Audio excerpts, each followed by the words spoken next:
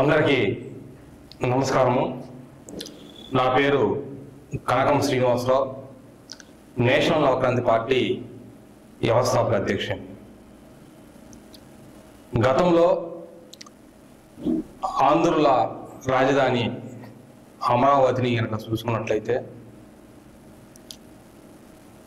5 కోట్ల ఆంధ్ర ప్రజల యొక్క 13 ఉమ్మడి జిల్లాలకి మధ్యస్థంగా ఉన్నటువంటి అమరావతిని రాజధానిగా చేయటం నాకు సబబే అని చెప్పేసి నాటి ప్రతిపక్ష నాయకుడు, నాటి ముఖ్యమంత్రి, నేడు ప్రతిపక్ష నాయకుగా ఉన్నటువంటి వైసీపీ పార్టీ అధినేత, మాజీ ముఖ్యమంత్రి వర్యులు జగన్మోహన్ రెడ్డి గారు వ్యవహరించిన తీరు, అధికారులకి రాజధాని కట్టాయి నాకు ఎటువంటి అభ్యంతరం అయితే శాసనసభ సాక్షిగా చెప్పి అధికారంలోకి వచ్చిన తర్వాత అమరావతిని నామరూపాలు లేకుండా చేసి 3 రాజధానుల పేర్లతో 3 ముక్కలు చేయడాన్ని నేషనల్ నవక్రాంతి పార్టీ కూడా ఆ రోజు వ్యతిరేకించింది.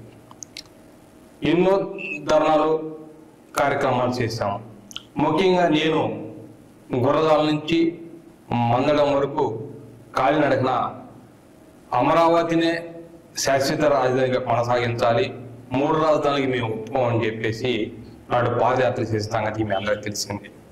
ఇప్పుడు ప్రత్యేకించి ఈ ప్రస్తావన ఎందుకు తీసుకోవాల్సి వచ్చిందంటే, ఇప్పుడు అధికారంలోకి వచ్చినటువంటి ఎన్డీఏ కూటమి ప్రభుత్వం శాశ్వత రాజధానిగా అమరావతినే వాళ్ళు ఏర్పరుస్తూ ఒక గజెట్ కూడా ఇప్పుడు విడుదల చేశారు. దాని మీద ప్రజల యొక్క ఆశాతిరేకాలు ఎక్కువైనాయి. జగన్మోహన్ రెడ్డి గారు అధికారంలో ఉన్న 5 సంవత్సరాలు కూడా ఎవరైతే నా ఎస్సీ, నా ఎస్టీ, నా బీసీ, నా మైనార్టీ అని చెప్పుకుంటూ వచ్చారో అటువంటి ఎస్సీ, ఎస్టీ, బీసీ మైనార్టీలపైనే దాడులు జరుగుతున్నా కానీ నిమ్మక నీరెత్తినట్టు వ్యవహరించినటువంటి తీరు ఈ యొక్క రాష్ట్ర ప్రజలు గమనిస్తూనే ఉన్నారు.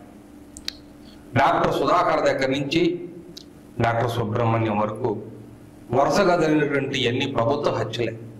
ఎందుకంటే కరోనా టైంలో మాస్క్ అడిగినారానికి డాక్టర్ సుధాకర్ని పిచ్చివాడిగా చేసి, పిచ్చివాడిగా ముద్రీకరించి అతను కొట్టి హాస్పిటల్ పాలు చేస్తే ఆ అవమానం భరించలేక చనిపోయినటువంటి తీరు రాష్ట్ర ప్రజల యొక్క కళ్ళ ముందు ఉన్నది. మొన్న లాస్ట్ వాళ్ళు గవర్నమెంట్ దిగిపోయే ముందు సుబ్రహ్మణ్యం గారు, కర్నూలు డాక్టర్ గారు, ఏంటి వరుస హత్యలు ఇవి. అయితే ఇక ఈ విషయం కూడా ఎందుకు ప్రస్తావన తీసుకోవాల్సి వచ్చిందంటే, మొన్న జగన్మోహన్ రెడ్డి గారు ఢిల్లీలో వెళ్ళి ధర్నా చేశాడు. రాష్ట్రంలో శాంతి భద్రతలు క్షీణించాయి కనుక ఆంధ్రప్రదేశ్ రాష్ట్రంలో రాష్ట్రపతి పరిపాలన పెట్టాలని చెప్పేసి ఢిల్లీ కేంద్రంగా ఆయన వాడిని వినిపించారు. మరి మీ ప్రభుత్వంలో జరిగినటువంటి హత్యలు, హత్యాకాండాలు, ఆత్మహత్యలు ఈ 2 చూసుకుంటే మరి ఎన్ని సంవత్సరాలు మీ ప్రభుత్వంలో ఉన్నప్పుడు రాష్ట్రపతి పరిపాలన విధించాలని తమ యొక్క విజ్ఞతకే వదిలేస్తున్నామండి జగన్మోహన్ రెడ్డి గారు. ఇంకా ముఖ్యంగా చూసినట్లయితే గతంలోకి ఇప్పటికీ ఎన్డీఏ ప్రభుత్వానికి గత ప్రభుత్వానికి చూసినట్లయితే మార్పులు చాలా స్పష్టంగా పడుతున్నాయి.